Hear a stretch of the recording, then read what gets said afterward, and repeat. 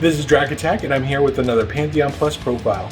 That's where I take gamers, like myself, that are interested in Pantheon Rise of the Fallen, and I tell their gaming stories and why they're interested in Pantheon Rise of the Fallen.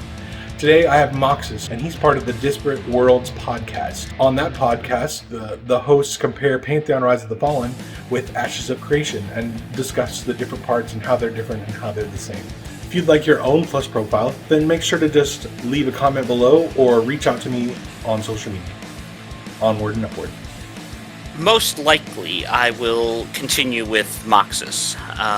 Came from my character in Star Wars The Old Republic, and has become my online name or persona, so to speak. Probably we will build one around Disparate Worlds. We don't have anything specifically planned. We've kind of talked about it in the kind of the ethereal sense, but we'll probably do something once we have a bigger community. I, as I've mentioned in our videos, am a huge EverQuest fan. I was a big fan of Brad McQuaid. Had kind of followed him even after that. I played Vanguard. So I've always kept tabs on what Brad was up to, and when he announced Pantheon, I was 100% all in. I wanted it to be released like 3 years ago, but sadly that's not where we are. It'll have to be EverQuest. I enjoyed the community of EverQuest first and foremost. I like that your character, not your avatar, but your personal character online, like the presence you had online, meant something. If you were somebody who trained mobs of the zone, you got blackballed. If you were, just not a nice person, you didn't get in guilds. And at the beginning, at least and for a very long time, there was no name changes. And when they finally did put name changes in, they put it in with a sting at I think it was like $50 cost to change your name. But if you changed your name and you were on other people's friends list, it changed there too. So it's not like you could do something like sneaky and hide yourself. So community mattered, personality, how you behaved mattered. So yeah, that was a big part of it. I shared this on, I think, our first episode of Disparate Worlds, where in EverQuest, soloing was not an option for most classes. Druids and necromancers could solo, and maybe a couple other classes could do it, but it wasn't super effective for those classes. But I was determined to prove that clerics could solo. They could solo undead because, heck, we're clerics after all. And so after a long weekend of playing, and I went backwards 3 levels, I finally gave up the ghost. I remember the first time in EverQuest we took down Vox, big white dragon, and the elation that came along with that. Being a cleric, it was very much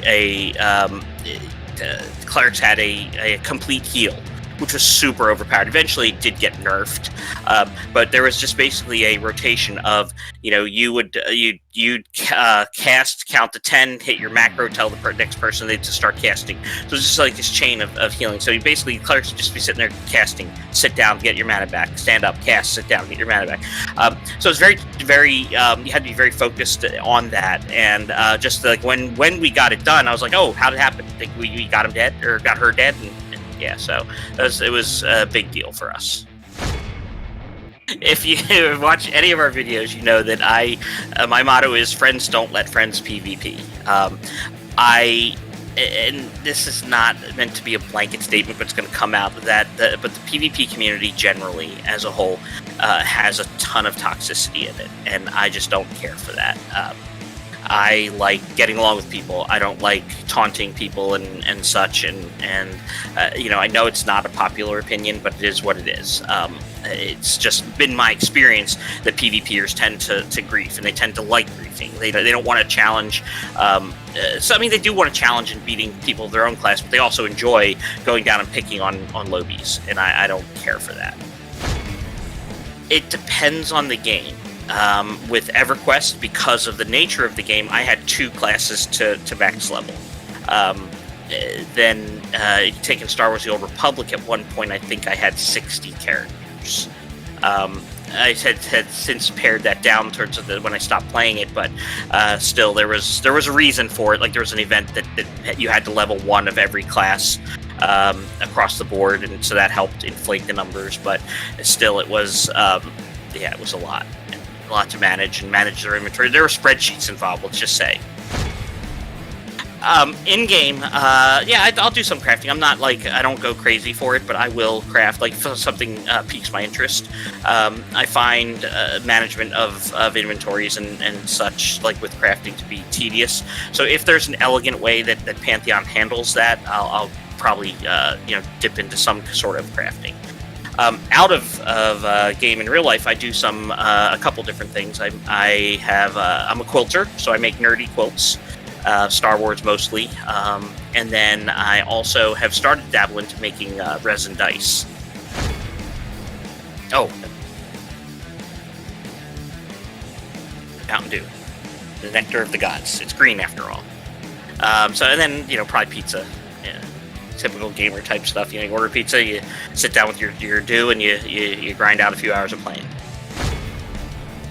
No, I'm when I build my computers, I forget like what goes in there. Like I do them myself, but I just don't. I'm not the type to I've got I think I have a 1080 video card.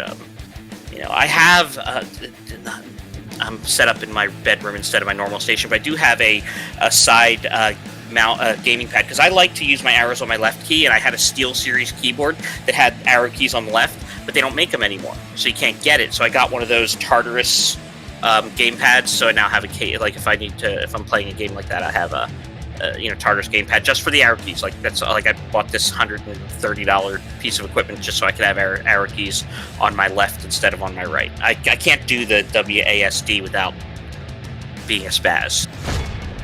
Disparate Worlds on YouTube. You can check it out there, disparateworlds.org. And my personal Twitter is at MMO Moxes. An MMO is never released until it's ready. It is neither on time, it is neither early nor late. That's my answer.